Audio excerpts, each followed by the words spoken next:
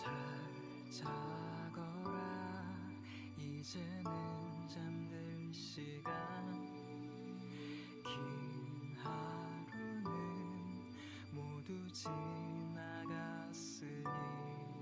흘린 땀과 쏟아낸 눈물들 다 잊어버리고 편히 자렴 아무도 네 꿈을 방해 못할 테니 밤이 무서워도 어둠이 짙어도 끝내 아침은 오니까 힘든 시간들도 괴로운 기억도 모두 흘러갈 테니까 내가 키스해줄게 잠든 네 곁에서 지켜줄게 봄이 찾아와서 겨울을 껴안듯 밤은 물러갈 테니까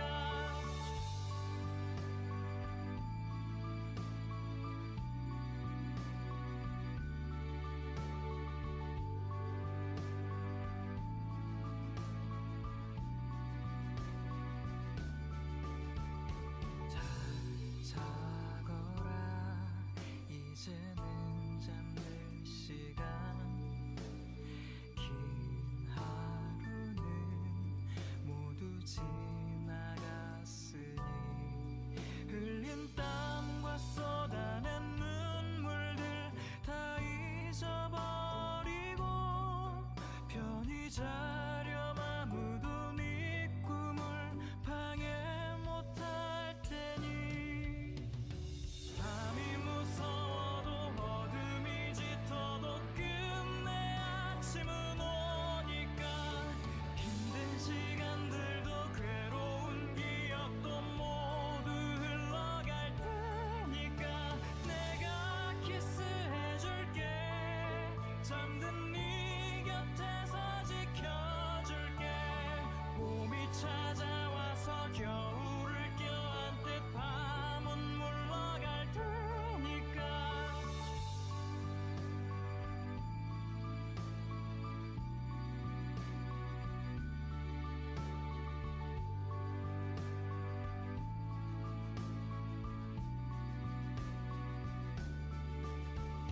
잘 자거라 이제는 잠들 시간 땀과 쏟아낸 눈물 모두 지나갔으니 어둠이 짙어도 땀과 쏟아낸 눈물들 다 잊어버리고 편히 자렴 아무도 네 꿈을 방해 못할 테니 짙어도 끝내 아침은 밤이 무서워도 어둠이 짙어도 끝내 아침은 오니까 힘든 시간들도 괴로운 기억도 모두 흘러갈 테니까 내가 키스해줄게 잠든 네 곁에서 지켜줄게 봄이 찾아와서 겨울을 껴안듯 밤은 물러갈 테니까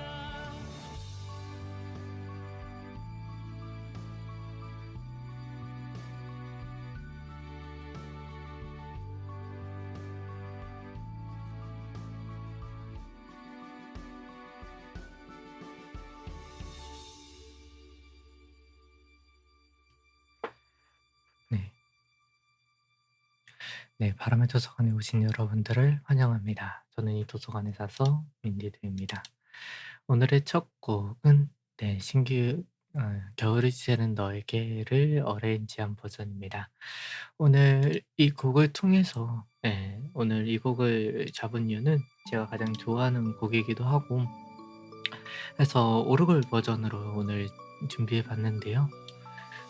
오늘은 네, 말씀드렸던 것처럼 정말 오랜만에 돌아왔습니다. 윈디드 스푼 라디오를 대체한 제1회 윈더스 렉처 시간입니다. 사실 단 한 번도 이런 것을 할 거라고 생각하지 않았습니다. 그래서 준비를 하면서도 '과연 어떻게 해야 될까.'를 고민을 많이 했고, 어떻게 해야 조금 더, 어떻게 해야 조금 더 우리 아리엘 분들께 편하게 다가갈까라는 생각을 좀 많이 하게 되었습니다. 잠시만요.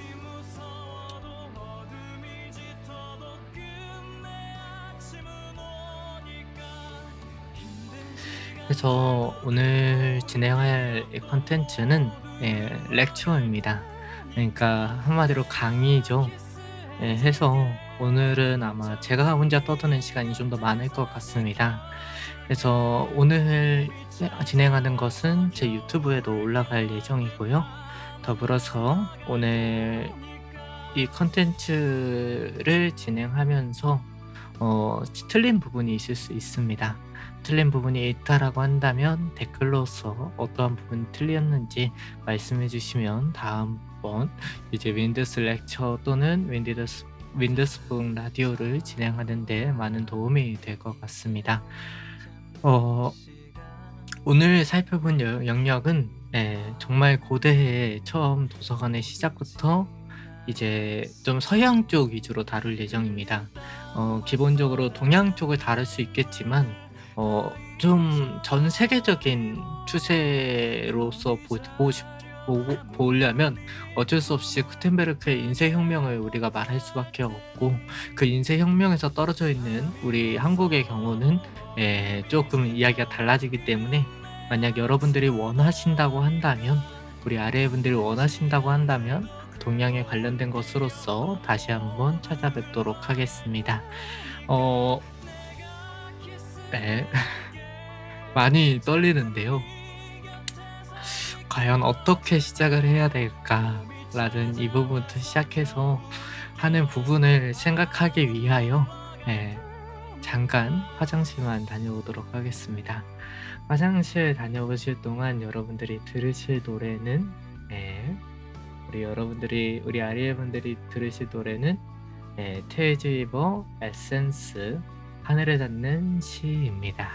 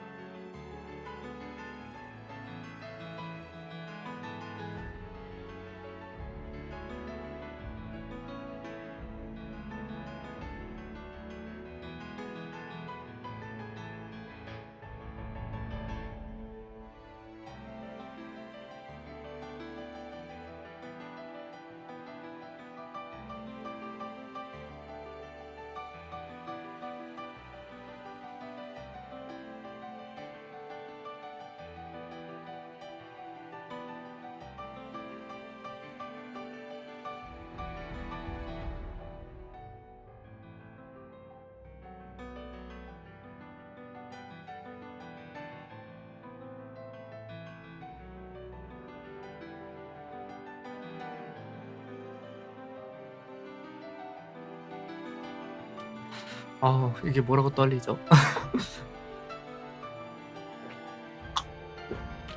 아.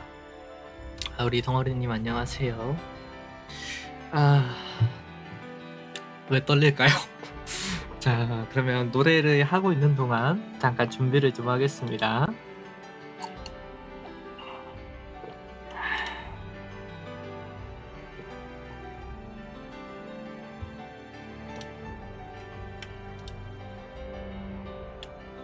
짠짠.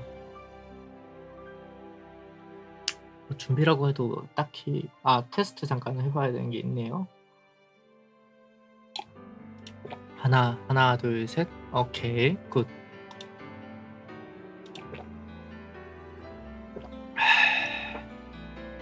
아 이게 뭐라고 떨리죠? 네. 이게 뭐라고 떨릴까요? 아.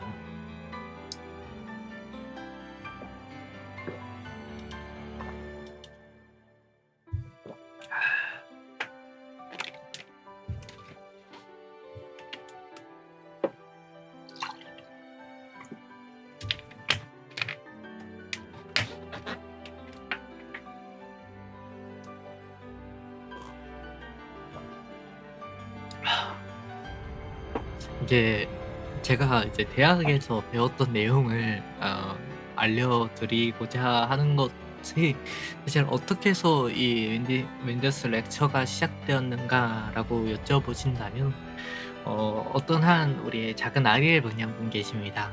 그분이 이제 제가 도서관 쪽에서 이제 공부를 했었다, 도서관 관련 공부를 했었다라고 하니까 이제 궁금해하셨던 부분들을 좀 물어보셔서 알려드렸었는데, 그 부분이 이제 그 부분을 잘 활용하셨다라고 하시더라고요. 그래서 겸사겸사 "그럼 나중에 한번 도서관의 역사로 한번 알려드릴까요?" 라고 말씀을 드렸더니 너무 좋아하신 겁니다. 그래서 오늘 이 도서관의 역사라는 주제로서 한번 시작을 해 보고자 합니다. 잠시만요.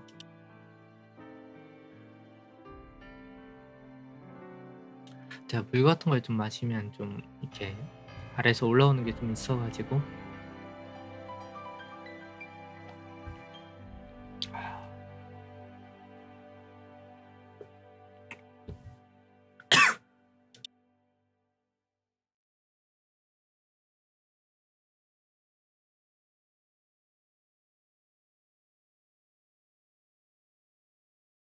죄송합니다. 잠시만요.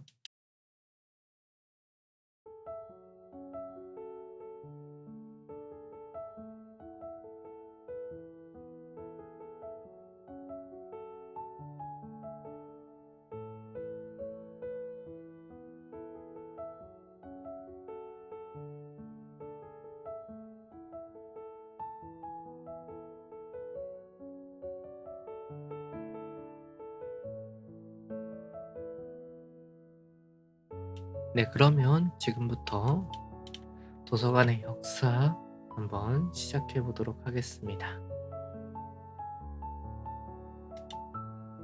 자, 그래도 이렇게 한번 바뀌어 주는 게 좋겠죠? 네.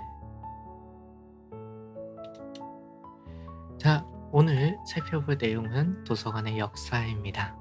어 지금 집톡이 살짝 바뀌었죠?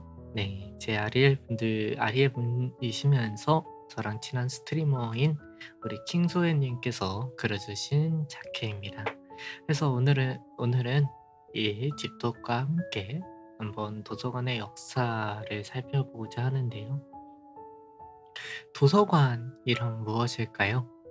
네, 도서관이란 말 그대로 그 문자 그대로 이해한다면 이제 책을 모아 놓은 공간이라고 생각해 볼 수 있습니다. 이제 본 강의에 들어가기 앞서서 미리 말씀드립니다. 현재 지금 들리고 있는 이 부금은 티독항 님의 그 음악입니다.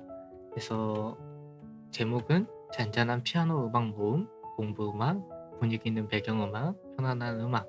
해서 이러한 다양한 것들을 이렇게 다양한 검색어로서 이제 맞추신, 이제 올리신 거고요.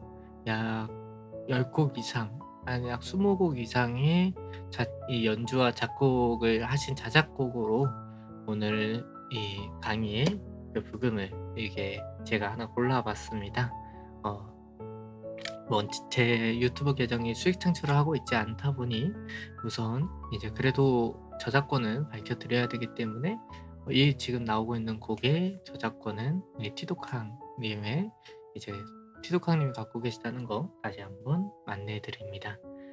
어, 자, 그럼 다시 돌아와서 이 도서관이라는 그 명칭은 이제 말 그대로 도서, 책들을 모아 놓은 공간을 의미합니다. 자, 그렇다면 이 도서관이라는 것은 언제부터 생기게 되었을까요? 예.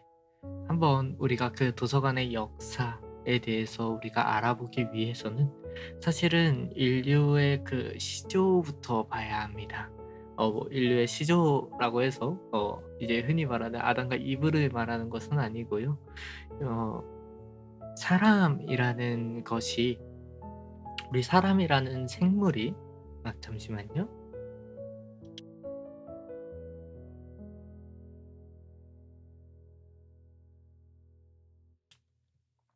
네, 우리 사람이라는 생물이 이제 서로 의사소통하고 커뮤니케이션하는 그 역사부터 우리가 살펴볼 필요가 있습니다. 그러니까 쉽게 말하면 사람들끼리의 서로의 소통을 위한 그 부분에 대한 부분을 우리가 생각해 볼 필요가 있다라는 것이죠. 예. 그렇기 때문에 사실 도서관의 기원이 정확히 언제냐라고 따지는 것은 의미가 없습니다. 왜냐하면 그것은 마치 언어의 기원이 무엇이냐, 문자의 기원이 무엇이냐라고 하는 것과 같은 미지의 영역이니까요. 실제로 많은 사람들은 이 언어라는 것을 언어가 어디서부터 어떻게 생겨났는가에 대한 부분에 관하여 많은 연구를 하였습니다. 그러나 그렇게 연구가 진행이 되면서 각종 설들이 등장했죠. 뭐 땡땡설, 어떠한 물체에 관해서 이제 이름을 땡땡이라고 붙이는 부분에 있어서 말이 튀어나오면서 언어가 생겨났다라고 하는 설도 있고, 이제 아파서 하면서 나왔다는 그러한 설도 있고요. 하지만 약 한 시간이 흘러서 이제 언어학계에서는 더 이상 언어의 기원을 찾지 않습니다. 왜냐하면 그것이 무의미하다는 것을 이제 무의미하다고 결론을 내렸기 때문이죠.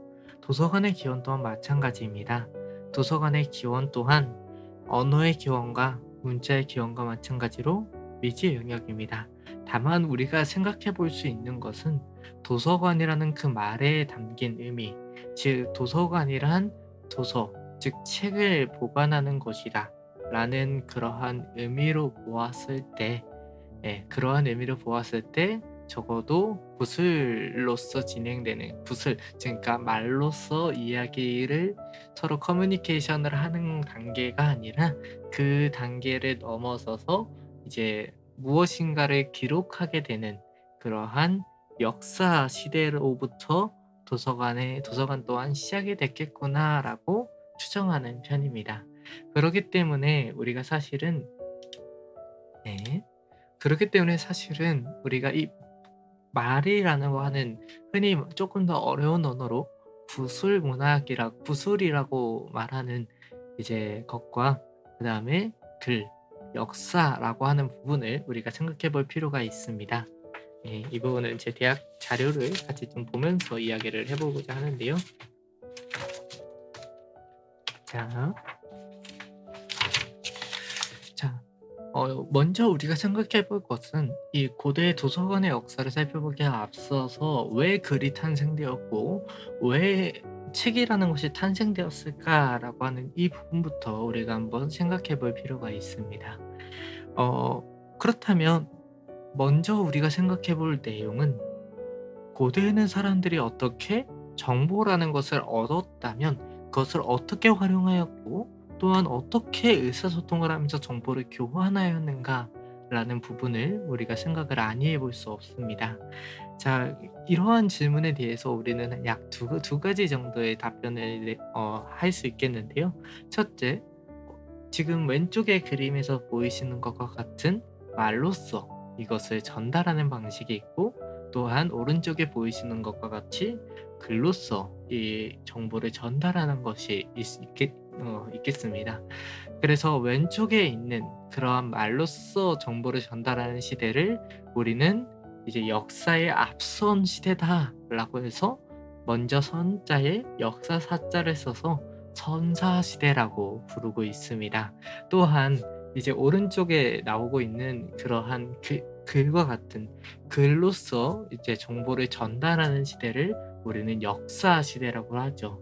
그렇기 때문에 이제 선사시대와 역사시대라는 것을 우리가 살펴보았고, 따라서 도서관은 선사시대가 아닌 역사시대부터 나왔다라는 사실을 우리가 이해해 볼 수 있습니다. 자, 그렇다면 글로써 이것을 전달한다라는 것은 또한 어떠한 의미일까요? 말로써는 한계가 있습니다. 예를 들어서 하나의 예시를 보여드리자면, 이것은 벽화이죠. 고대 선사시대에서 역사시대로 넘어오게 되면서 이제 자연스럽게 등장하게 된 이제 그 기록의 양식이라고 볼 수 있습니다. 자, 그렇다면 이 벽화라는 것은 정보의 전달 매체였을까요? 아니면 그저 이 고대인들이 그냥 심심해서 그려 놓은 것일까요? 자, 과거에는 이러한 벽화들을 통해서 많은 정보를 전달하였습니다. 이러한 지금 보시는 것은 약간 기린 같죠? 그러니까 이러한 짐승들이 밖에 있다. 또는 어린애들이 이제 창을 들고 저 벽화에 창을 던짐으로써 이것을 사냥감을 잡는 연습을 해볼 수도 있겠고, 이제 한마디로 말로서는 쉽게 잊히고, 더불어서 이 말로서는 이제 전달하는 과정에 한계가 있고, 또한 이제 말로써 이제 내가 전달을 하게 되면 또 까먹게 되죠. 휘발성이 있기 때문에 그러한 부분에 있어서 이제 그것을 자신의 생각을 기록해서 담는 매체라는 것이 필요하게 된 것입니다. 그래서 그것이 등장하게 된 것이 이제 벽화라는 것이었죠. 동굴 속에 살았던 고대 인류에게 이 벽화라는 것은 정보를 의사소통하기 위한 아주 좋은 수단이었습니다. 그래서 이러한 정보를 전달하는 매체라는 그 부분에 우리가 초점을 맞추어서 이 책 또한 정보를 전달하는 매체라는 것을 알 수 있습니다.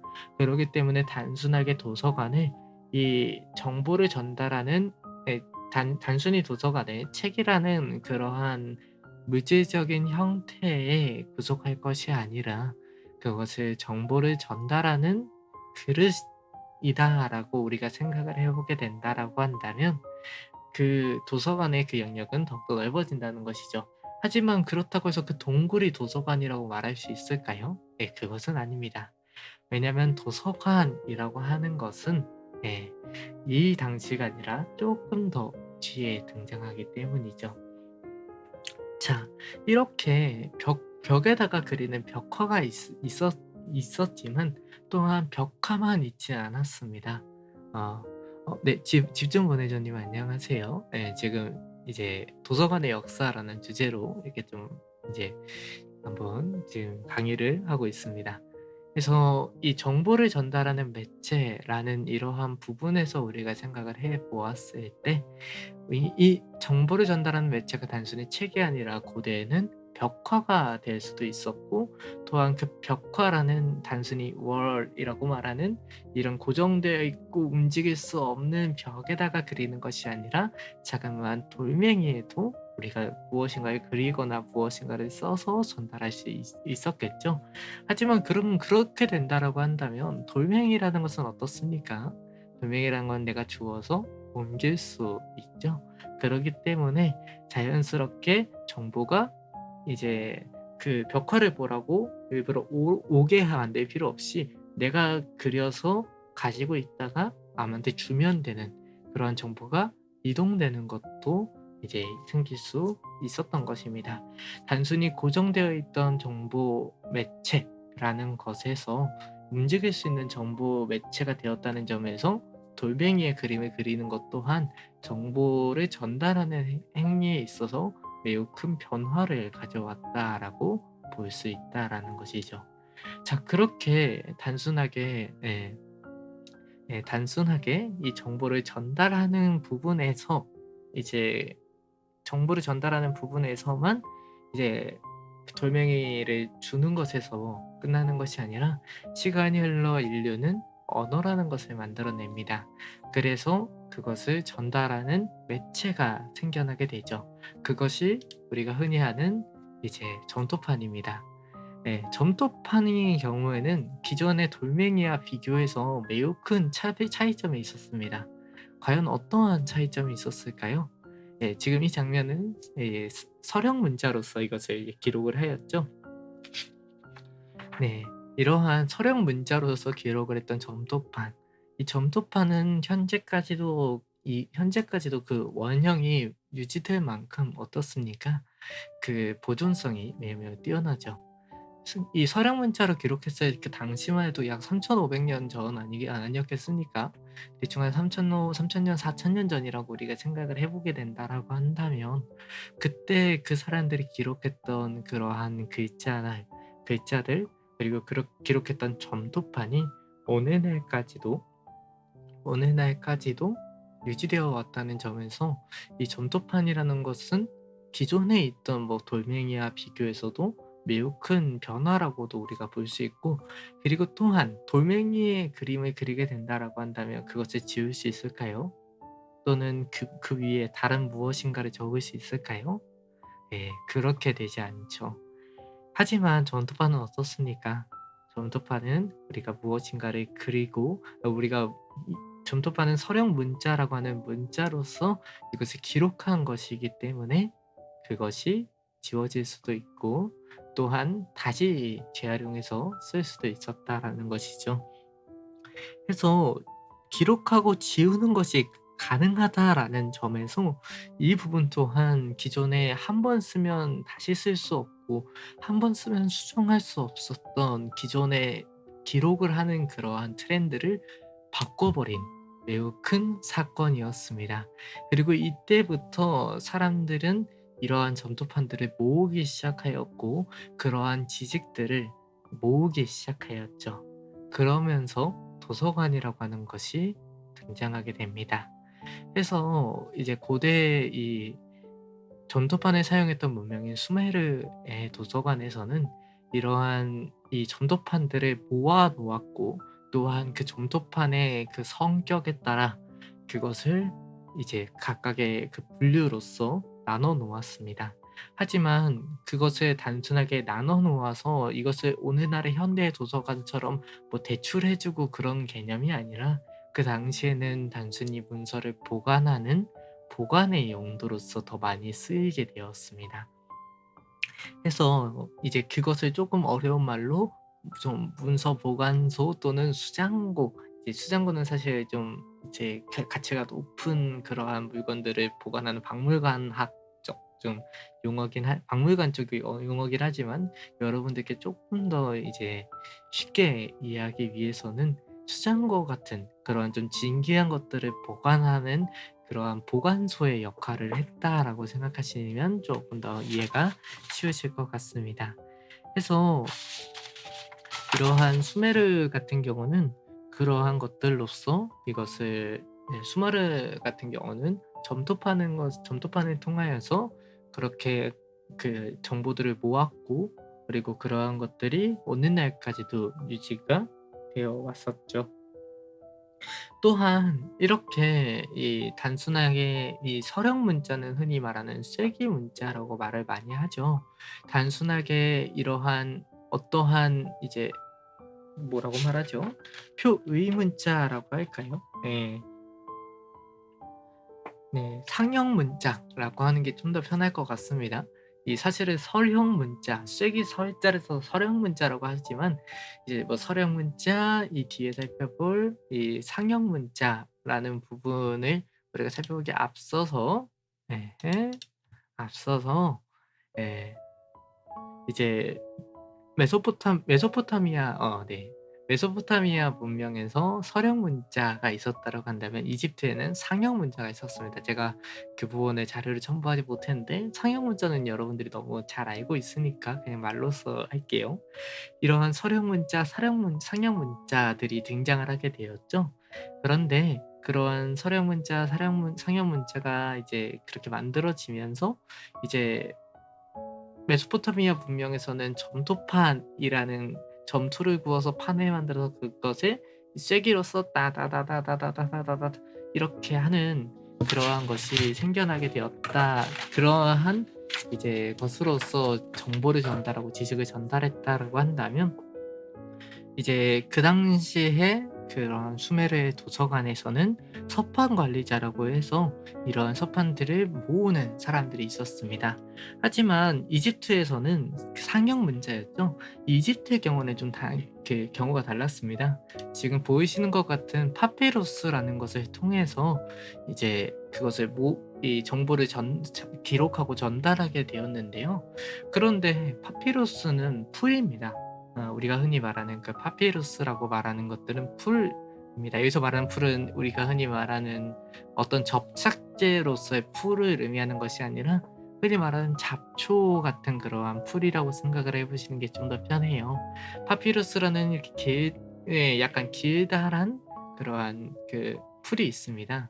근데 그러한 풀을 이제 뜯어내서 이제 그걸 가지고 이제 잘 가공해서 만들면 종이 같은 형태가 나옵니다. 그래서 약간 저런 사각형이라고 부를까요? 그냥 이렇게 쭉 길다란 도화지 같은 아주 길다란 도화지 같은 형태가 나오게 되는데 그걸 파피루스라고 말을 하거든요. 이제 거기에다가 기록을 하는 겁니다.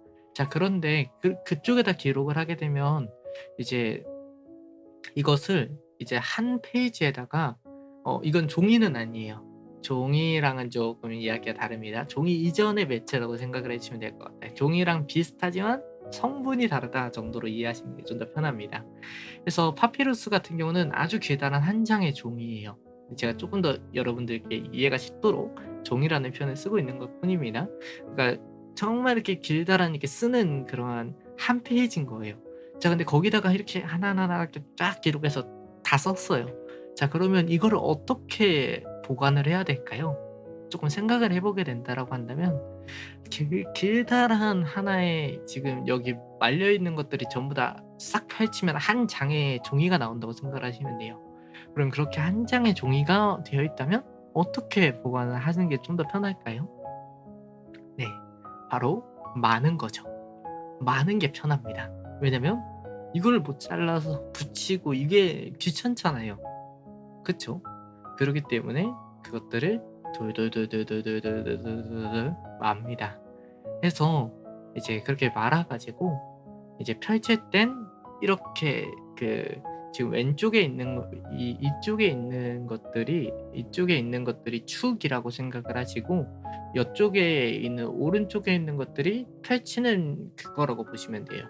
그래서 축을 기점으로 해서 이제 그 종이를 이렇게 오른쪽으로 풀어 가지고 예. 오른쪽으로 풀어 가지고 읽는 이제 그러한 형태가 되는 겁니다. 그러니까 이제 당연히 그 도서관 또한 그러한 스크롤들이 모여 있는 이제 스크롤이라고 말하고 쪼끔 어려운 언어로 이제 권자폰이라고도 말을 합니다. 이거 근데 좀 어려운 용어니까 그냥 두루마리 정도로 생각을 하시는 게 좋을 거예요. 그래서 파피루스로 만든 것들은 기본적으로 두루마리 형태를 가지고 있습니다. 그래서 그러한 것들이 모여 있는 그러한 스크롤들을 모아서 항아리에다가 보관을 하죠. 그래 가지고 이러한 파피루스라는 것에서 이제 파피루스에다가 이제 이제 이 부분에 조금 여담인데 책이라는 단어의 그 어원 이제 책이라는 부분에 대한 부분의 어원을 살펴보기보단 성경이 영어로 바이블이지 않습니까? 그렇죠.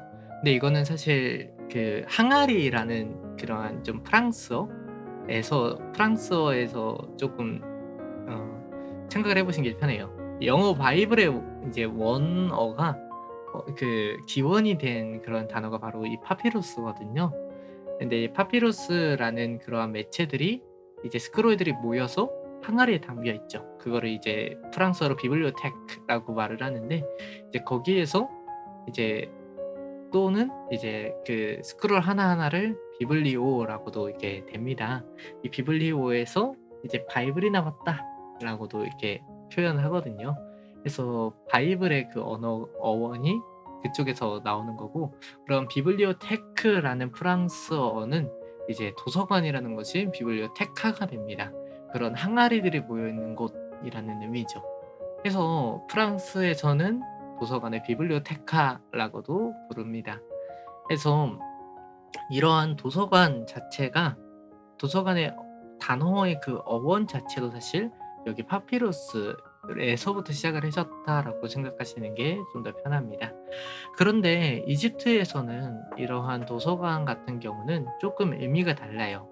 아까 전에 그 메소포타미아 문명 같은 경우에서는 그러한 도서관이 단순한 문서 보관소의 역할을 하고 귀중한 것들을 지키는 느낌이었다라고 한다면, 이제 이집트에서는 이제 종교적 의미가 좀 더 강했습니다. 종교적 의미가 더 강했고, 그러기 때문에 과거 이집트의 어떠한 도서관에서는 이제 그 도서관에 들어가는 그 도서관 입구에 달리는 명패가 이 영혼을 치료하는 집이라는 의미가 있었습니다. 영혼의 치유자라는 그러한 말이 새겨져 있었죠. 그러니까 단순하게 이 책을 읽는다, 그러니까 이 파피루스에 기록된 내용을 읽는다라는 것이 단순하게 이 글을 읽는 것에서 끝나는 것이 아니라 그 글을 읽음으로써 내 영혼이 치유가 되는 그러한 영적 의학적인 그러한 자료였다라고 이제 우리가 이해해 볼 수 있다라는 것이죠. 예, 그러기 때문에 이러한 이집트에서 나오는 그러한 상형 문자에서 나오는 그러한 도서관들이 이집트에도 당연히 많았을 것입니다. 자, 여기에서 사실은 이 이집트의 도서관까지 가야 되지만, 여기에서 사실 여기서 조금만 더 우리가 한번 기록하는 언어에 대해서 조금만 더 생각을 해 볼게요. 서령 문자, 쐐기죠. 그리고 상형 문자, 어떠한 것을 가지고 이제 본따서 만든 겁니다. 그쵸? 자, 그런데 사실 이것들은 문자라고는 하지만 어떻습니까? 아직 언어라고 부르기엔 살짝 좀 무리가 있죠. 예. 그러면 우리가 흔히 쓰고 있는 알파벳의 기원은 어디일까요? 네. 그 알파벳의 기원은, 예. 잠깐만요. 요 부분을 제가 먼저 놔뒀네요. 예. 자, 요 부분을 살펴보기에 앞서서, 예, 요 부분부터 먼저 잠깐 설명하고 넘어갈게요. 자, 그렇다면 이러한 지금 보고 계신 내용은 알파벳입니다. 그런데 위에 보이시는 영어를 해석하게 되면 페니 페니 어 페니키안 알파벳이라고 해서, 예, 한자는 아니죠. 바로 여기 보이시는 맨 위에 있는 언어가 페니키아의 알파벳입니다. 그리고 이제 이 페니키아의 알파벳이고, 아마 이제 여기 맨 아래에 있는 것이 그 이쪽에 보이시는 HZ, WHD라고 말하는 이것들이 알파벳이에요. 그러니까 이 페니키아 알파벳은 사실 이 영어 알파벳의 기원이 됩니다. 자, 그러면 왜 갑자기 지금 제가 이 알파벳 이야기를 꺼내냐? 자, 알파벳은 어떠한 것을 본따 만든 건가요? 아닙니다. 이것을 우리는 표음 문자라고 이제 우리가 말을 하죠. 소리 나는 대로, 예, 우리가 소리 나는 대로 이렇게 말하지 않습니까? Y가 5 였다고요? 잠깐 한번 볼까요? Y가 어디 있을까요? 네. 제가 Y를 지금 못 찾고 있는 것 같긴 한데, 이건 2 예요. Y가 아니라 2, 2예요, 2. 아래가 I로 되어 있으니까요. 네. 이거는 Y라고 보이겠지만 E입니다. 잠깐만, Y인가? 인 제가 패닉 알파벳을 잘 몰라 가지고. 그래서 이제 보시게 되면 이런 알파벳이라는 부분을 우리가 생각을 해 보시게 되면, 예, 그러한 알파벳은 이제 우리가 흔히 말하는 그 알파벳의 개수가 창형 문자와 서령 문자에 비해서 매우 간단합니다. 하지만 표현할 수 있는 거는 정말 정말 다양하죠. 예. 그러기 때문에 이제 아주 적은 알파벳만 가지고도 소통이 가능하고 커뮤니케이션이 가능한 시대가 되어 버렸다라는 것입니다. 자, 그렇다면 그렇게 그 언어가 이제 하나로 언어가 만들어지고, 이러한 표음 문자들을 통한, 예, 표음 문자, 그 소리 나는 대로 적는, 이제 한마디로 그 단어가 소리를 의미하고 있는 그러한 시스템이 있다라는 건 다른 나라의 그 말 또한 내 나라의 언어로 바꿀 수 있다. 정확히 말하면 표현할 수 있다라는 의미가 되겠죠. 그래서 내가 다른 나라 말을 이해하고 그리고 또한 이 알파벳을 통해서 그거를 표현할 수 있게 되었다라는 건 한 언어에서 다른 언어로 정보를 전달하는 것도 가능하고 받아들여서 해석하는 것도 가능하다는 의미가 됩니다. 즉 기존의 내 나라 안에서만 커뮤니케이션 하면서 받았던 그러한 자료들뿐만 아니라 해외 자료들 또한 받아서 번역해서 그것을 쓸 수 있다라는 의미가 된다라는 것이죠. 그렇기 때문에 이러한 알파벳의 등장은 매우 큰 혁명이었습니다. 자, 그러면 그리고 또한 이제 그러한 알파벳의 등장과 함께 왜냐면 알파벳의 등장보다 더 늦게 이 도서관에 출연하였기 때문이죠. 이 도서관은 한 번쯤 들어보셨을 겁니다. 예. 고대 잠시만요. 요 부분은 굳이 제가 설명을 안 해도 되는 부분이고 예. 자, 한 번쯤은 들어보셨을 예. 고대 알렉산드리아 도서관이라는 도서관입니다. 어 알렉산드리아 도서관 같은 경우는 이집트의 도서관이고요. 해서 지금 오른쪽에 있는 건 왼쪽과 오른쪽은 둘 다 상상도입니다. 현재 알렉산드리아 도서관하고는 좀 달라요. 이 오른쪽에 이쪽을 보시게 되면 어떻게 보관되어 있죠? 이제 이쪽에 보시게 되면 지금 저 동그란 마치 나무처럼 보이는 것들 그리고 여기 이 사람이 들고 있는 모든 것 이 들고 있는 것 이 각각 하나가 책입니다. 예. 오늘날로 치면 책인 거예요. 그렇죠. 말아서. 그래서 두루마리 형식으로 구분이 되어 있는 거예요. 그리고 여기 아래에 보시게 되면 항아리에도 지금 뭐가 담겨 있죠. 이것 또한 책입니다. 그래서 요러한 항아리들을 모아 놓은 장소가 이제 비블리오테카가 되는 거고 그게 바로 이제 도서관이 되는 겁니다.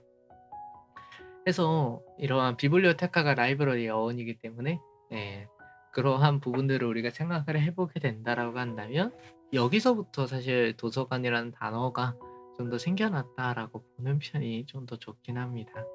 그래서 사람들은 요러한 파피루스를 이렇게 말아했고 그리고 이 당시에 이 알렉산드리아 도서관 같은 경우는 고대의 가장 큰 도서관이었습니다. 이 당시에 이 알렉산드리아 도서관이라는 그 명칭은 이 명칭에서 볼 수 있듯이 알렉산더 대왕과 관련이 있습니다. 알렉산더 대왕, 헬레니즘 시대이죠. 헬레니즘 시대였고 이제 뭐 헬레니즘이라는 단어를 모르셔도 상관은 없습니다. 알렉산더 대왕은 정복왕이었습니다. 저기 마케도니아로부터 인도까지 약 2만리나 되는 땅을 8년 만에 정복한 아주 왕이었죠. 그런데 그 알렉산더 대왕은 그 당시 이 학문에 관심이 많았기 때문에 이제 가는 곳마다 박사들을 데리고 다녔고 언어학자들을 박사들을 이렇게 데리고 박사들로서 따로 하나의 팀도 만들었어요.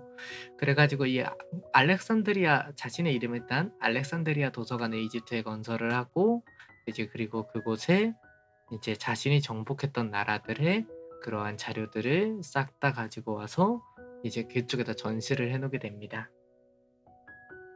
그래서 그 당시에는 이 정보라는 것이 지금보다도 더 중요했죠. 지금도 현재도 국가 기밀이라고 말하는 것들은 예 국가 기밀이라고 말하는 것들은 절대로 외부로 반출하지 않지 않습니까? 예.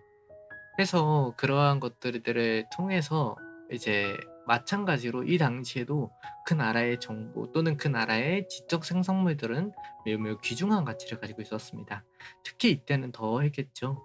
그러기 때문에 이 알렉산드리아 도서관 같은 경우는 그 당시에 그 알렉산더가 정복했던 그러한 나라들의 자료들이 싹 다 모이는 곳이었고 그러기 때문에 이 당시에 이 도서관을 이제 그래서 알렉산더 대왕은 정복을 하면 불태운 걸 불태우고 가지고 올 것은 가지고 와서 이 도서관을 아주 크게 만들었다라고 이제 합니다.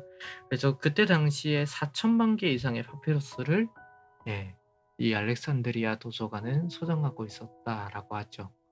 자, 그러면 이 당시 고대 시대에 4천만 권 이상의 책이 이곳에 소장이 되어 있었다라는 것입니다. 어떠한 의미였을까요? 모르는 것이 있으면 알렉산드리아로 라는 말이 있지 않았겠습니까? 그래서 이러한 알렉산드리아 도서관은 진짜 서양 역사의 관점에서 보자면 그때 당시 서양의 고대 지식들을 알렉산드리아 도서관에서 모두 보유하고 있었다고 해도 과언이 아니라고 할 정도입니다. 자, 그런데 지금 이러한 이 도서관, 그리고 도서관을 만들게 한 매체인, 어떻게 보면 파피루스라는 이러한 매체는 이집트에서만 나던 그러한 풀이었습니다. 정확히 말하면 이러한 파피루스라는 그 풀을 가지고 파피루스라는 그 풀을 가지고 잠시만요. 네. 대부분 이집트 지역에 있는, 또는 이제 파피루스가 생산되는 곳은 파피루스로서 이제 그런 매체들을 정보들을 기록을 했는데요. 파피루스가 나지 않는 곳도 분명히 있었을 거예요.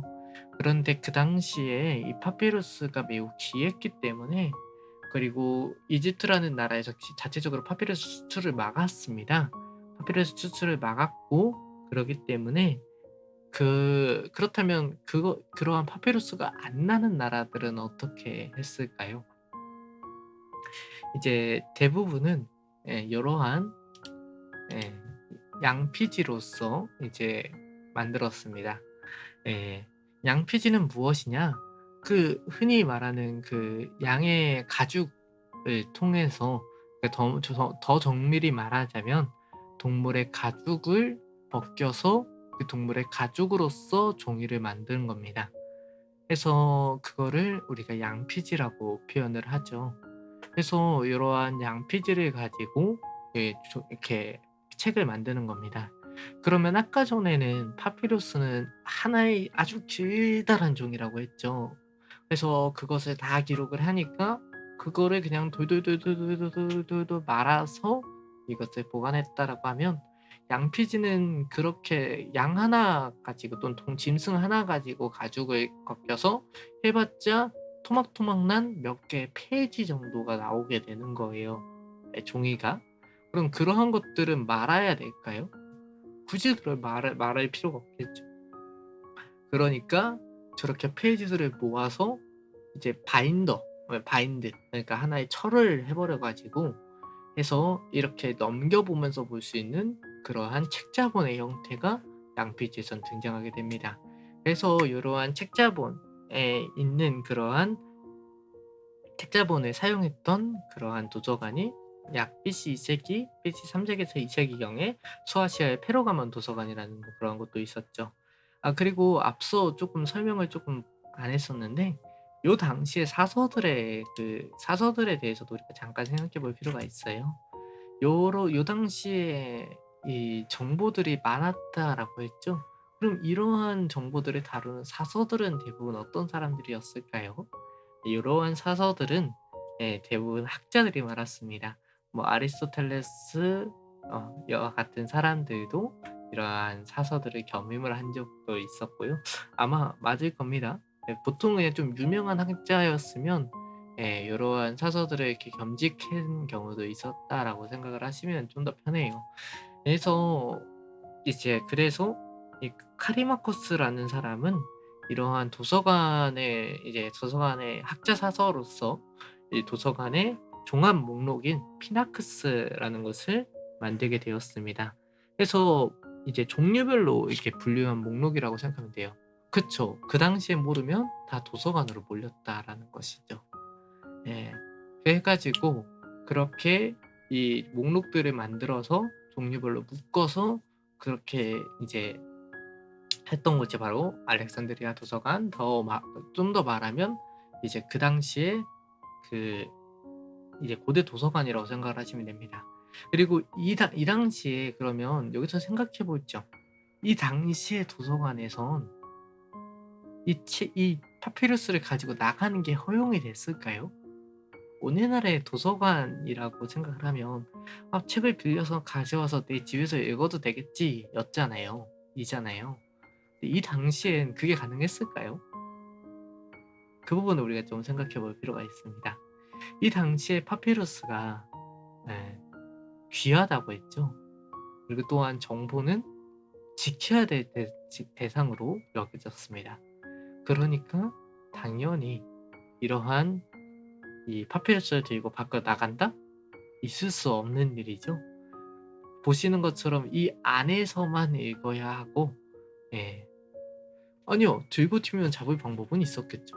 이 당시에 이런 정보들은 매우 매우 중요한 역할을 하고 그 당시에 도서관이 많은 것도 아니었고 그리고 여기서 중요한 점 이 당시에 언어를 이해할 수 있는 사람들이 많지 않았다는 점을 생각하셔야 됩니다. 이 당시의 식자층은 정말 극소수였을 겁니다. 예. 일반 사람들은 그러한 인제 단 이 언어를 몰랐으니까요. 해서 과거에는 이러한 이 서기관이라고 말하는 이집트에서도 서기관은 매우 중요한 그 직책으로 해서 제가 과거에 읽었던 만화 역사책에선 이러한 서기관이 되면 이제 우리나라 마치 좀 대기업에 들어간 것 같은 그러한 대우를 받았다라고 합니다.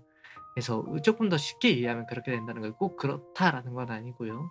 한마디로 글자를 읽고 쓰는 것 자체가 권력인 세상이 고됩니다.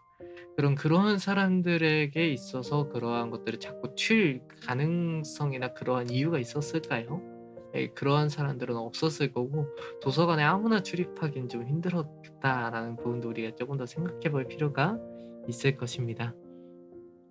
해서 이러한 특히 그러기 때문에 이러한 사서들이 좀 더 학자 사서가 됐고 그런 학자 사서들 그 학문 쪽에 조금 더 프라이드가 있는 사람들이 이러한 것들을 좀 더 하게 되었다라는 것이죠. 물론 시간이 흘러서 로마가 되었을 당시엔 이 로마에는 공공도서관이란 것이 있었습니다. 우리가 쉽게 말하는 일반적인 집 앞에 있는 도서관 같은 느낌이긴 한데요. 그런데 그러한 도서관이 있었고 그리고 그러한 도서관을 시민들에게 이용하게 하기도 했습니다. 그걸 아우구스투스라는 이제 로마의 초대 황제일 겁니다. 지금 제가 알기론 로마의 초대 황제가 그렇게 만들어서 이제 시민들에게 이용하게 하긴 했는데요. 이 당시에 로마에서도 이 도서관에 가는다는 건 신분의 상징이었습니다. 그래서 로마의 대지주의 저택엔 개인 도서관도 많았죠. 그래서 대표적으로 키케로라는 사람은 이러한 이 자기 도서관을 이 자신의 저택의 중심으로 삼았고 그의 별장 여러 곳에 있는 도서관을 갖고 있었고 예 그러기 때문에 '아 내가 이렇게 갖고 있으니까 내가 이거 갖고 있어 봤는데 이 도서관이 진짜 필요하다. 근데 이 도서관이 나만은 갖고 있는 게 아니라 이게 공공에 좀 뿌려 줘야 된다.'라고 '공공원에 세워 줘야 된다. 공공적으로 이용할 수 있게 해 줘야 된다.'라고 해서 그래서 아우구스투스 황제가 공공도서관을 로마에 건립하게 됐던 거예요. 그래서 이 키케로라는 사람이 그럼 그 당시에 이 책을 갖고 있다, 도서관을 갖고 있다라는 의미는 부의 상징이요. 이제 부의 상징이고 권력의 상징이고 신분의 상징이라는 것을 이해해 볼 수 있다라는 것이죠. 또한 이제 그러기 때문에 이제 글을 읽고 쓰는 것이 이제 또한 권력에 인제 관련이 되어 있다 보니까 당연히 교육과 글쓰기를 중시하게 되었고 그래서 354년 콘스탄티노플이라는 곳에선 제국 도서관이라는 도서관과 더불어 대학 도서관 그다음에 이 동방교회 교황의 도서관이 있다라고 하면서 이러한 학문적인 사명의 이런 도서관들이 등장하게 됩니다. 그래서 교육과 글쓰기를 중시하게 되었죠. 자 그러면 우리가 이러한 고대 도서관을 통해서 알 수 있는 점은 무엇이냐라고 한다면 이 당시의 도서관이라는 것은 예 다양한 의미를 갖고 있긴 했지만 기본적으로 이 도서라는 것들이 상당히 귀한 시절이었습니다. 그럼 이렇게 귀하기 때문에 시간이 흘러 중세는 그 형태가 조금 더 심화되게 되는데, 예.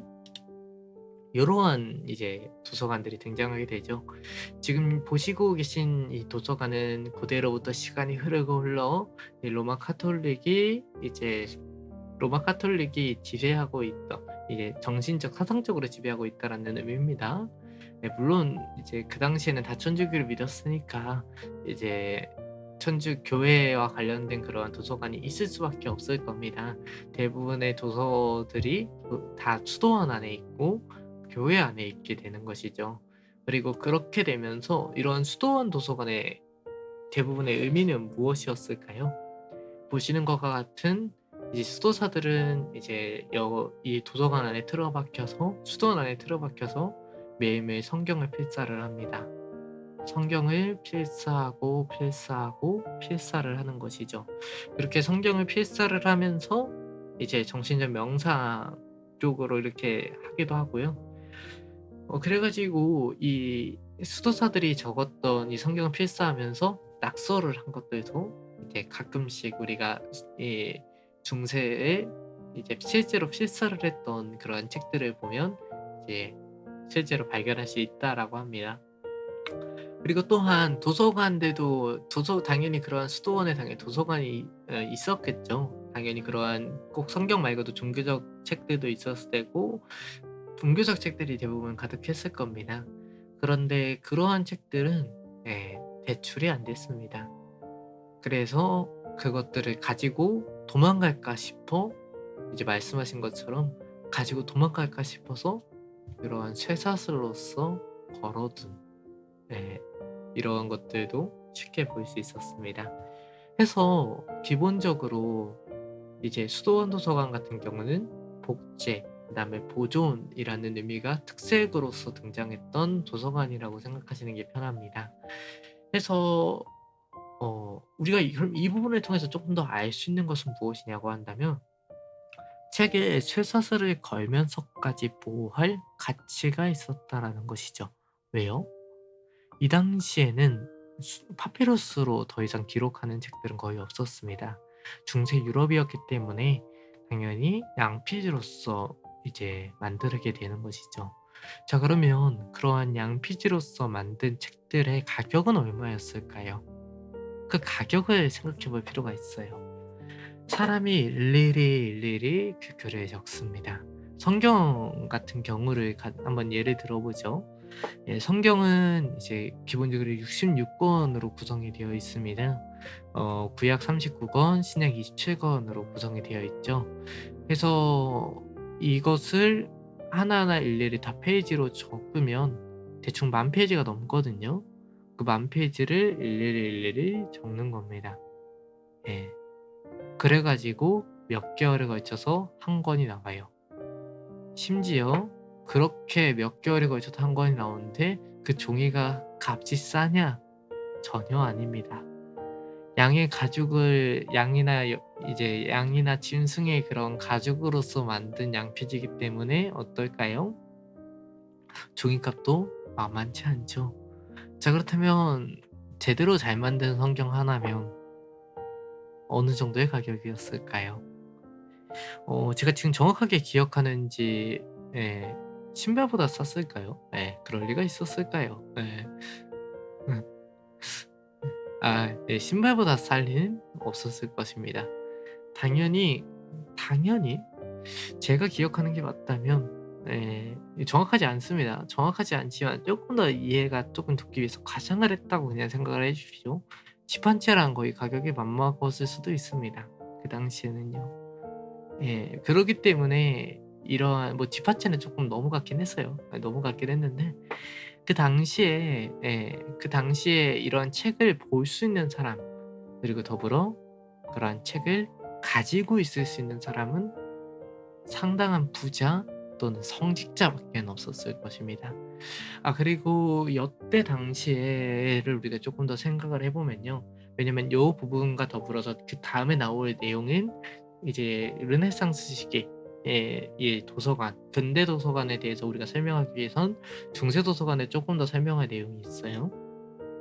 자, 요 당시에 일반 개인이 성경을 들고 다닐 수 있었을까요? 왜냐면 요 당시에는 이제 카톨릭이 대부분 다 국교였던 나라들이었을 거고, 중세 유럽은. 그러면 그 당시에 개인이 성경을 가지고 있었을까요? 네, 놀랍게도 그럴 수 없었습니다. 오늘날에는 성경은 그냥 동네 서점 가서 구하면 됐잖아요. 근데 그 당시에 카톨릭에선 이 성경을 번역하는 것을 엄격히 금지했습니다. 그러기 때문에 카톨릭에선 이러한 이 성경을 오직 교황권의 공식 언어인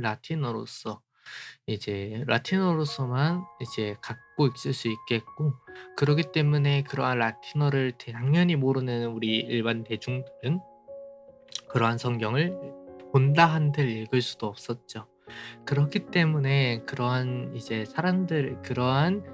대중들에게 성경의 내용을 좀 더 쉽게 표현하기 위해서 만든 것들이 바로 우리가 흔히 말하는 벽화, 그다음에 중세 종교화들이 그래서 나오게 된 겁니다.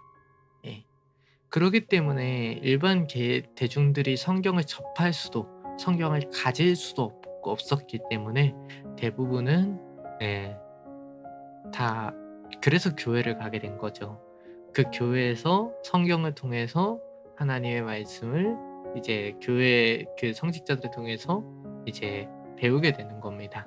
성경을 읽지 못하고요. 물론 그 당시에는 이제 종교의 자유도 없긴 했었으니까요. 여기서 말하는 종교의 자유는 신앙을 선택할 자유입니다. 왜냐면 그 당시에 그 카톨릭밖에 없었으니까요. 조금 이야기가 세긴 했는데, 자, 그러면 이렇게 책값이 비싸지게 된 가장 큰 원인은 무엇일까요? 물론 종이값도 있긴 하지만 필사의 값이 너무 비싸다는 겁니다. 정확히 말하면 책 한 권을 만들기가 너무너무너무너무너무 어려웠다는 것이죠. 일일이 적어서 복사를 해야 되니까요. 자, 그런데 말입니다. 시간이 흐르고 흘러서 라고 하는 부분을 잠깐 설명하기 앞서서 조금 더 그 앞에 가정이 하나 있어야 돼요. 제가 이 부분을 외웠네요. 자, 요러한 이제 수도원 도서관에서 시간이 흐르게 돼서 이 교육의 필요성이 이제 나오게 됩니다. 그래서 수도원의 도서관에서부터 시작해서 교육의 사명이 이제 좀 등장하게 되는데요. 그래서 이러한 수도원 또는 수도원 도서관에서 종교를 가르치는 것을 시작으로 해서 이러한 이제 철학이나 하는 그러한 사상을 가르칠 필요가 생기게 되었고, 그렇게 하면서 등장하게 된 것이 대학이라는 존재입니다. 그래서 이 당시 대학 같은 경우는 보통 이제 신학이 대부분의 그러한 것을 차지했었죠. 그러기 때문에 중세 대학이 생기게 됐고, 그러한 대학에 이 도서들을 보관하는 도서관 또한 생기게 되었습니다. 그래서 실제로, 그쵸, 이때부터 대학이 등장하게 된 거예요. 이제 이 종교를 가르칠 그러한 것이 필요성이 생기면서 이러한 이제 성당에서부터 시작해서 이 천주교의 그러한 건물로부터 시작해서 좀 더 시간이 지나서 이제 국가적으로 대학이라는 교육기관을 만들게 되었고, 그런 교육기관에서 도서관이 만들게 되었죠. 그래서 이 당시에 대학 도서관이 얼마나 중요했었냐면, 이제 독일에 이제 하이델베르크라는 도서관이 있는데, 그 대학 도서관, 예, 그 하이델베르크라는 그 지역은, 예, 도시 자체가 대학인 곳이었습니다. 한마디로 대학을 중심으로 해서 도시가 만들어진 형태였던 것이죠. 그러니까 그곳에 있던 도서관이 얼마나 중요한 역할을 했었을까요? 네, 우리가 그런 부분을 생각해 볼 수 있습니다. 자, 그리고 나서 옆에 오른쪽에 보이시는 이상한 기계가 보입니다. 이 기계가 무엇일까요? 네, 놀랍게도 구텐베르크의 인쇄기입니다. 구텐베르크의 인쇄기, 구텐베르크의 인쇄혁명, 시대를 바꿔놓는 혁명이었습니다. 필사라는 것을 시작으로 해서 필사라는 것을 통해서 만들어지는 그 높은 책값, 그리고, 예, 물론 양피지의 가격도 있었으니까요. 하지만 이 당시에는 양피지를 대부분 쓰지 않았어요. 왜냐면 이미 이 당시에는 종이가 중국으로부터 건너온 이유였거든요. 그래서 양피지를 쓰기보다는 대부분 다 종이를 쓰고 있던 시대였으니까요. 자, 그러면 이제 양피지로 인한 높은 책값도 해결이 됐습니다. 그래서 이 양피지 같은 경우는 정말 고급스러운 책들에서만 잠깐 쓰는 정도가 됐으니까요. 자, 그럼 종이값 해결됐어요. 자, 그리고 필사로 인한 그 높은 가격이 됐던 그 이유가 인쇄기를 인해서 금속 활자를 인해서 찍어내는 것으로써 해결이 돼 버리게 됐어요. 자, 그렇다면 더 이상 책값이 비싸질 이유가 있었을까요? 없죠. 책값이 싸지게 됩니다. 책값이 싸지게 되니까 자연스럽게 대중에게도 책이 풀리게 됩니다. 자, 그리고 책이 풀리게 되면 자연스럽게 사람들이 책을 접하게 되게 되고, 그렇게 책을 접하게 되면 어떠한 일이 일어날까요? 책을 읽기 위해서 공부를 하게 되고, 더불어서 식자층이 늘어나게 됩니다. 물론 이 당시에는 대학을 통해서도 어느 정도의 식자층이 있었긴 했겠죠. 하지만 중요한 점은 그러한 식자층이 이제는 스스로 책을 보고 읽고 해독하고 해석하며 책을 읽을 수 있게 되는 사회가 마련되었다는 것입니다. 자, 그리고 이 구텐베르크의 인쇄기로부터 시작되었던 것이 단순한 인쇄 혁명으로서 이렇게 책값이 싸지게 된 데에만 기여한 것이 아니라, 구텐베르크의 인쇄기 하면 자연스럽게 등장하는 어떠한 대학과 어떠한 사람이 등장하게 됩니다. 바로 비텐베르크 대학의 마르틴 루터가 등장하게 되는 것이죠. 고대 중세 카톨릭의 면제부 판매를 비롯한 중세 카톨릭의 오류를 지적하며 독일 비텐베르크 대학의 95개조로서 이제 이 반박을 하게 되는 그러한 대자보를 붙인 이후로부터 시작해서, 그리고 이 당시 독일의 마르틴 루터가 가장 먼저 시행했던 것이 무엇이냐라고 하면 성경을 독일어로 번역하는 것이었습니다. 왜 그렇게 했을까요? 사람들이 보고 읽어야 되니까요. 그 당시 천주교는 성경과 정말 많이 동떨어져 있는 것들이 있었습니다. 대표적인 게 그 면제부 판매죠.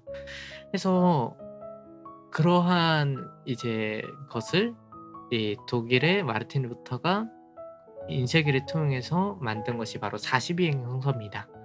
42행 성서로서 이제 사람들에게 성경 또한 풀리게 되었죠. 물론 그 당시 카톨릭은 그 번역 시도 자체를 이단으로 몰았고, 더불어서 이제 그러한 것들을 금서로서 다 지정을 했었습니다. 그 당시 성경이 풀리게 되면 자신들의 오류가 다 드러났기 때문이었죠. 혹시나 이 부분에 대해서 제가 종교 편향적이다라고 생각하실 수는 있습니다. 하지만 저는 그런 쪽을 말씀드린 것이 아니라, 종교적인 내용을 말씀드린 것이 아니라 그냥 명확한 역사적인 사실을 말씀드릴 뿐이라는 것을 다시 한번 안내드립니다. 그래서 터진 게 종교 개혁이었고, 그래서 터진 게 종교 전쟁이었습니다. 가톨릭과 신교, 개신교가 싸우게 된 그 원인 또한 사실은 이러한 인쇄기를 통한 종이같이 싸지고 성경이 보급되는 이러한 일이 있었기 때문에 가능했던 것이죠. 자, 그렇게 해서 그러한 인쇄술로 말미암아 이제 책의 생산이 급격하게 늘어나게 되었습니다. 그리고 그렇게 책이 급격하게 늘어나게 되면서 이제 대학 또한 다시 한번 인기를 불게 되는 것이죠. 자, 그렇기 때문에 교회 세력, 그 당시에 그 천주교가 갖고 있던 영향력이 당연히 시간이 지날수록 약화되게 되었고, 그러면서 국왕의 힘이 세지게 되었죠. 그러면서 식자층이 글을 읽고 쓰는 사람들이 늘어나게 됩니다. 그러면서 자민족의 자신의 민족의 그러한 문학들이 탄생하게 되죠. 자, 그리고 또한 자연스럽게 읽고 배우고 제약에서 가르치고 하다 보니까 자연스럽게 무엇이 일어날까요? 연구가 일어나게 되고, 그러면서 이런 자연과학에 관심이 증장하게 되면서 이제 그 당시에 이 도서관 또한 많은 의미를 가지게 되었습니다. 그러기 때문에 이 당시에 대학 도서관들 같은 경우는 이러한 논문을 얼마나 빨리 수집을 하느냐, 그리고 이제 얼마나 최신 자료를 갖고 있는가가 중요한 역할을 하고 있는 것이죠. 현재도 대학 도서관은 이러한 역할을 하고 있습니다. 이제 최대한 빠르게 기존의 연구 트렌드나 그런 것들을 이제 얻어와서 최신의 자료들로서 이제 교수들의 연구를 지원하는 역할도 대학 도서관이 하고 있기 때문이죠. 이제 그러면서 이제 잠시만요. 이렇게 정보의 생산량이 늘어나게 돼서 책이 많아지게 되고, 그러면서 도서관에서도 자신이 원하는 책을 정확하게 찾는 것이 필요하게 됩니다. 그래서 그러한 것들에 필요한 검색 도구가 필요하게 되었으니, 이 검색 도구라고 하면 오늘날의 인터넷을 생각하지만 과거에는 인터넷이 없었잖아요. 그러니까 자연스럽게 이 책이 어디서부터 "우리 도서관은 이러한 책들을 보관하고 있습니다."라고 말하는 목록이 탄생되게 되었고, 그리고 또한 그러한 이 목록도 너무나 많으니까 그 목록에 대한 내가 예를 들어서 노인과 바다라는 책을 찾고 싶으면 책인이라고 하는 그 각 글자별, 그 자음별로 이제 묶여져 있는 그런 책인을 우리가 찾게 되고, 책인이 만들어지게 되고, 그래서 그 책인에서 니은자를 찾아서 니은 안에 있는 것들만 바라보며 그것에서 니은 나 노 노 노인과 바다 해서 그 노인과 바다가 어디에 있다라고 적힌 것을 보고 그 책을 찾아갈 수 있도록 말하는 책인이라는 것도 생기게 되었고요. 그다음에 이 책은 어떠한 정보를 담고 있습니다라고 하는 서지라는 것 또한 등장하게 됩니다. 그래서 서지는 이제 책에 대한 설명을 제공하는 역할도 하고 있죠. 해서 이러한 서지는 1545년 게스노가 비블리오테카 유니버셜리스라고 해서 책의 서지라는 것을 이제 편찬한 것에서 이제 그 서지라는 단어가 유래가 되게 되었습니다. 이거는 그냥 참고적으로 한번 알고 계시면 좋을 것 같아요. 조금 어려워지긴 했는데요, 내용이. 쉽게 설명드리면 인쇄기를 통해서 책이 많아지게 되니까 그러한 책에 내가 원하는 것들을 찾기 위한 것들이 필요하게 되고, 이제 그렇게 되면서 이 책을 빠르게 찾을 수 있는 그러한 도구들이 필요하게 돼서 그런 것들이 만들어지게 되었다. 그리고 이때부터는 국가가 나서서 도서관을 짓기 시작합니다. 대중들을 위해서요. 그래서 만들어진 것이 바로 국가 도서관이 되는 것이죠. 자, 지금 보이시는 화면은 우리나라 대표 도서관, 대한민국의 대표 도서관인 국립중앙도서관입니다. 국립중앙도서관 같은 경우는 현재 대한민국의 국가도서관입니다. 국가도서관이자 국가대표도서관이죠. 예.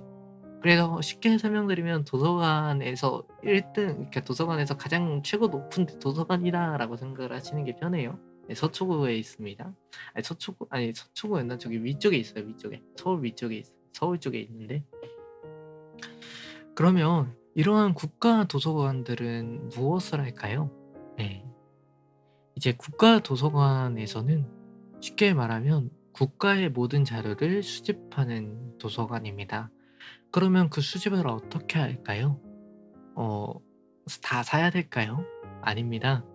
예. 법이 있어요. 어떤 법이냐면요, 납본법이라는 것이 있습니다. 그래서 우리 대한민국에서 만들어지는 모든 그런 책들은 이제 모두 다 이 국립중앙도서관으로 한두 권을 보내야 됩니다. 그게 법이에요. 이제 이러한 납본이 언제부터 시작되게 되었냐? 바로 17 세기. 이러한 17 세기에 이 르네상스 시대에 시작이 되게 되었습니다.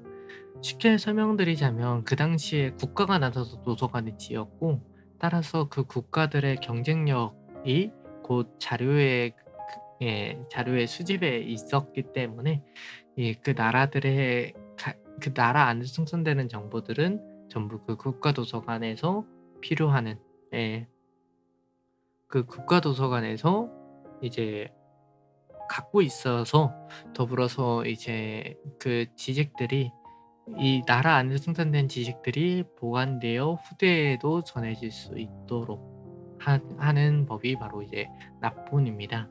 그래서 그러한 납본은 오늘날까지도 이어져서 이러한 국립중앙도서관에서도 있고, 세계의 많은 나라들도, 대부분의 나라들도 이러한 납본을 시행하고 있습니다.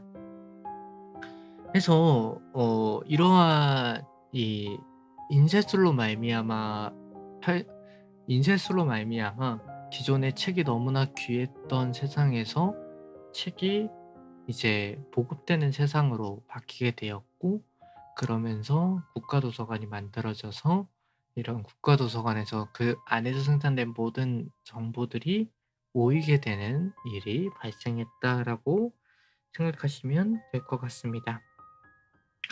그리고 그러면서 19 세기에 와서는 이제 산업혁명이 일어나게 되었고, 그러면서 이 단행본, 흔히 말하는 이러한 책으로는 정보를 전달하는 속도가 너무너무 늦었기에, 왜냐면 책은 집필하는 시간이 있잖아요. 이제 책을 쓰는 시간이 있잖아요. 책을 만드는 시간이 있는데, 책을 이렇게 일일이 이렇게 해서 자세하게 풀어서 다 적기에는, 그렇게 해서 책을 냈더니 이미 퇴물인 시대가 와 버린 거예요, 그 기술이. 그 기술보다 발전된 기술들이 너무나 많이 등장하게 된 시대가 된 거죠. 그러니까 빠르게 소식을 전달할 것이 필요하게 되었고, 그러면서 뉴스, 신문 같은 그러한 연속적으로 간행되는 물들이 발생하게 되었습니다. 그래서 그러한 매체가 발생하게 되었고, 그래서 그러한 신문 같은 것, 그런 연속 간행물들도 등장하게 되었던 것이죠.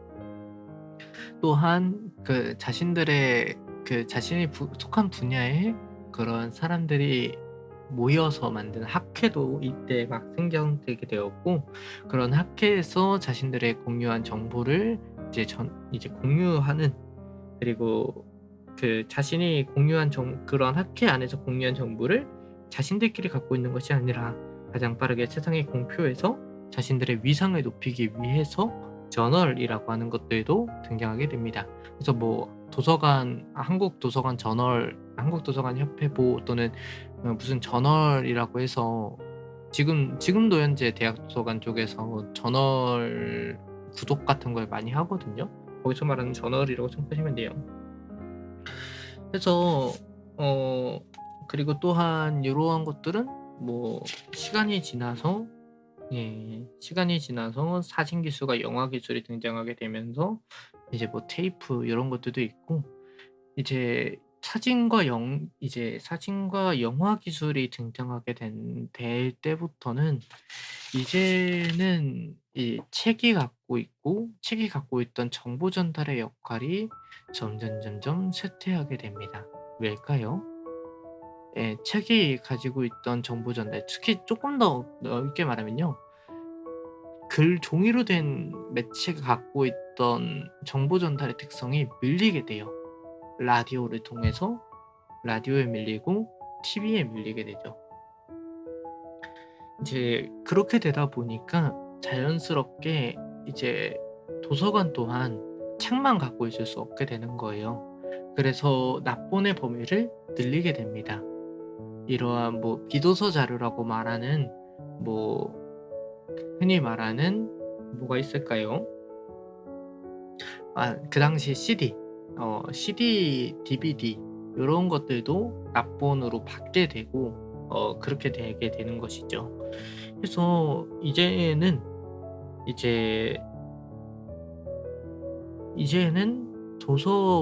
도설의 비율보다 비도서의 비율이 더 늘어나는 시기가 되게 된 것입니다.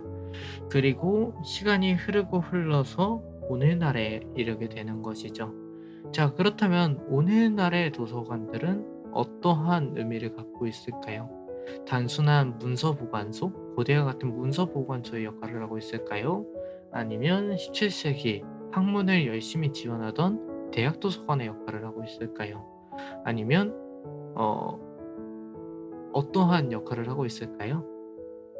오늘날의 도서관의 역할은 사실 도서관의 역할은 늘 항상 시대마다 바뀌어 왔습니다.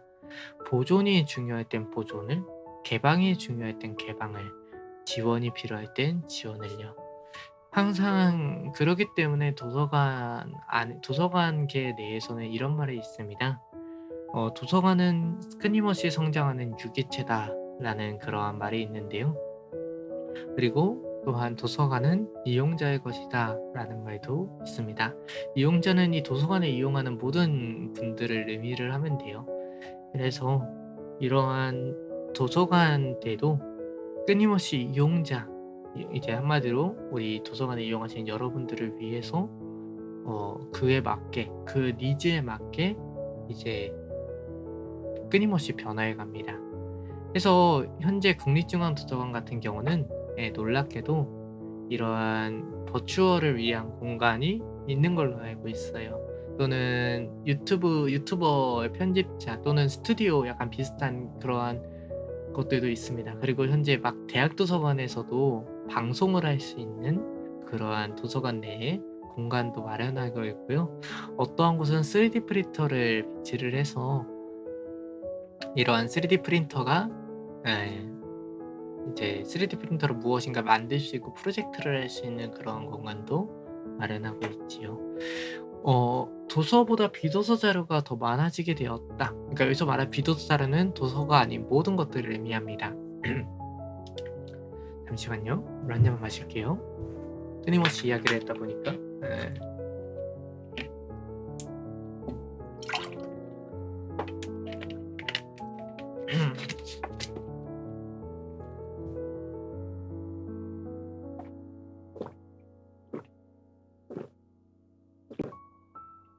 네, 지금 보이시는 장면은 이제 공공도서관은 아닙니다. 회사 도서관인데요. 네이버 그린 라이브러리에 있는 거예요.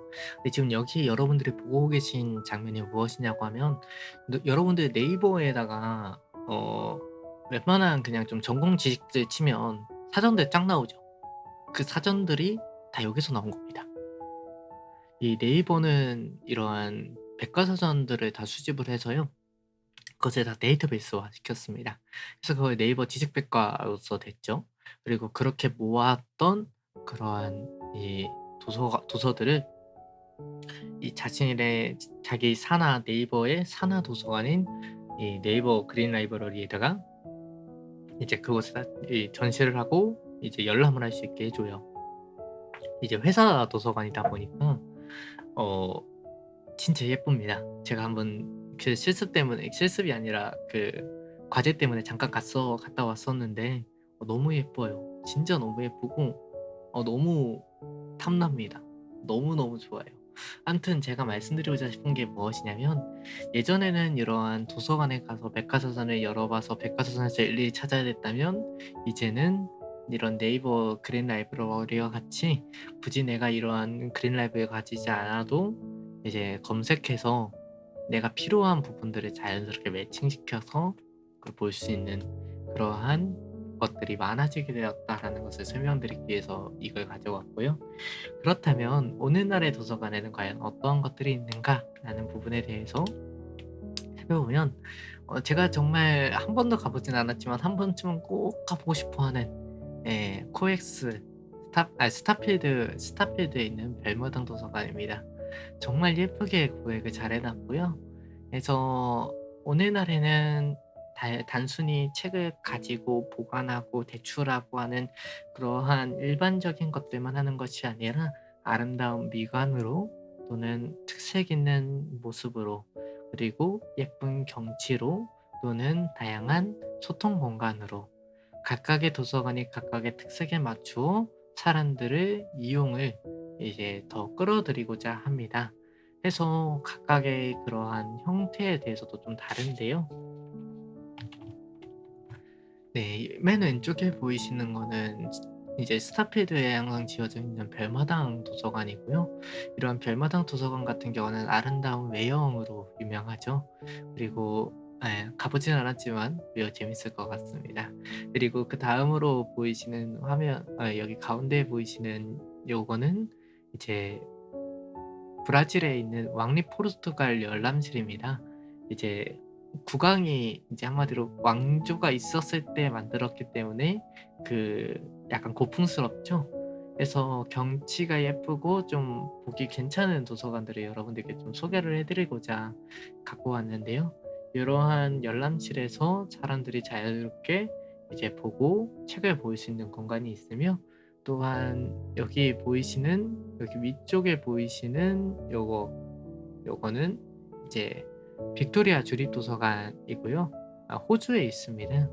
보이시는 것과 같이 저 위에서 아래로 내려다볼 때 그 모습이 너무나 예쁠 것 같지 않으신가요? 단순하게 이제 책을 가지고 보관하는 장소가 아니라 이러한 아름다운 외형으로서, 그리고 이제 좋은 공간의 구획으로서 사람들에게 조금이라도 더 편안함을 주고, 그리고 그 이용에 있어서도 도움을 주고, 결국은 이 어떠한 사람들이 이제 궁금한 부분이 있다라고 한다면 그 궁금한 부분까지도 해소해 줄 수 있는 그러한 도서관이 오늘날의 도서관이라고 생각하시면 될 것 같습니다. 여러분들이 대부분에 볼 수 있는 그러한 도서관들은 공공도서관일 거기 때문에, 공공도서관의 사명은 이용자, 그 지역에 있는 주민들이 어 편하게 이용할 수 있고, 더불어서 그러한 이용자들이 이제 그 지역에 있는 이용자들의 이용이 원활하고, 더불어 그러한 이용자들의 니즈를 맞춰주는 것이라고 생각하시면 됩니다. 그래서 공공도서관 같은 경우는 대부분 어 갖고 있는 그러한 책이나 그런 것들이 깊지 않아요. 옅게 좀 이렇게 옅고 그러니까 얕고 넓게 이런 자료들을 가지고 있는 게 대부분이고, 뭐 정말 깊은 게 필요할 경우는 희망도서 신청을 통해서 이렇게 받고 있는 경우가 대다수입니다. 그래서 대부분 보편적인 그러한 자료 위주로 고르려고 많이 노력을 하신다라고 생각하시면 됩니다. 그래서 웬만한 책들이, 그래서 내가 웬만하면 실생활에서 찾을 수 있는 것들은 그쪽에서 찾을 수 있는 이유도 그때이고요. 그리고 제가 검색해 보면서 이번에 이 강연을 준비하면서 잠깐 봤던 건데요. 네, 제 틱톡을 잠깐 옮겨 드릴게요. 너무 예쁘지 않나요? 예. 이 도서관은 스투트가르트 시립도서관입니다. 너무 예쁘게 구획을 잘 해 놨고, 나중에 한번 꼭 가 보고 싶은 도서관이고, 그래서 여러분들께 '도서관은 답답하고 딱딱한 공간이다.'라는 그러한 부분은 쪼끔이라도, 이러한 '예쁜 도서관들도 있다.'라는 부분을 한번 소개해 드리고자 갖고 와 봤습니다. 자, 도서관의 역사라는 주제로 오늘 한번 이 강연을 진행해 봤는데요. 어떻게 느끼셨을지 모르겠습니다. 어떤 분들은 이제 지루하게 느끼실 수도 있고, 어떤 분들은 '아 그거 아닌데.'라고 생각하실 수도 있습니다. 다시 한번 말씀드리지만 저는 학부를 막 갓 졸업한 졸업생입니다. 그러기 때문에 학부의 수준에서 여러분들께, 그리고 학부의 수준에서, 그리고 그것을 쪼끔이라도 더 쉽게 설명드리기 위해서 잘못된 정보를 전달해 드렸을 수도 있습니다. 저도 모르는 사이에요. 하지만 그러한 부분은 그냥 하나의 컨텐츠로서 생각해 주시면 되겠고, 틀린 부분이 있다면 댓글로써 적어 주시면 다음번 할 때 참고하도록 하겠습니다. 자, 해서 결론을 내려보자고 한다면, 과거부터 도서관은 사람들이 원하는 대로 바뀌어 왔습니다. 사람들이 정보에 사람들이 자료의 보관을 원할 때는 보관소의 역할로서 내 연구에 필요한 것을 지원하기 위해선 그 지원하는 그 참고, 이걸 참고 봉사라고 말하거든요. 레퍼런스를 갖다 주고 그런 것들을 같이 연구를 지원해 주는 것을 참고 봉사라고 하는데, 더 그냥 쉽게 내가 필요한 부분이 있으면 도와주길 원하면 그러한 쪽으로, 또는 내가 공부하는 데 필요한 자료를 원한다면 그러한 자료를 주는 쪽으로, 내가 너무 힘들다면 이제 그러한 것들을 힘듦을 위로해 주고 힘듦을 좀 덜어 주기 위한 그러한 것으로서, 고대 이집트의 도서관이 그랬죠. 이제 그러한 것들을 통해서 이용자는 도서관은 늘 여러분들의 니즈에 맞게 변화되어 가고 있다는 것을 이제 생각해 보면 좋을 것 같습니다. 그렇기 때문에 도서관도 현재 많은 변화를 하고 있습니다.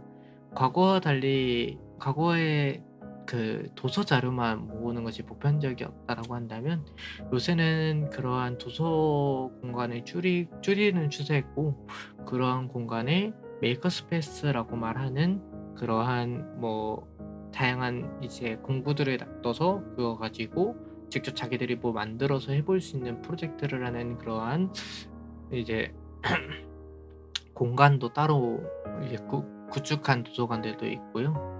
또는 다양한 프로젝트를 진행하는 도서관들이 요새 많습니다. 해서 여러분들도 관심이 있으시다고 한다면 여러분들이 원하는 그러한 여러분들이 원하는 것들이 도서관인지 한번 살펴보시면 좋을 것 같고요. 더불어서 이 도서관이라는 것은 어쨌든 우리 아리엘 분들을 포함한 많은 분들의 니즈에 맞게 지금까지 변화해 왔고 앞으로도 변화될 것입니다.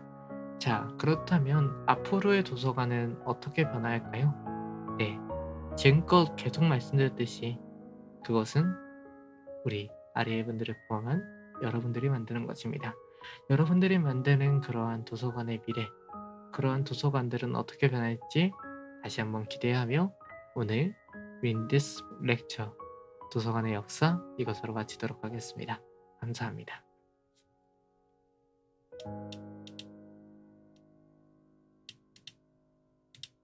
자, 딱 맞춰 끝났네요. 와, 1시간 반 정도 했네요. 네. 자, 그러면 잠깐 끊고 가겠습니다.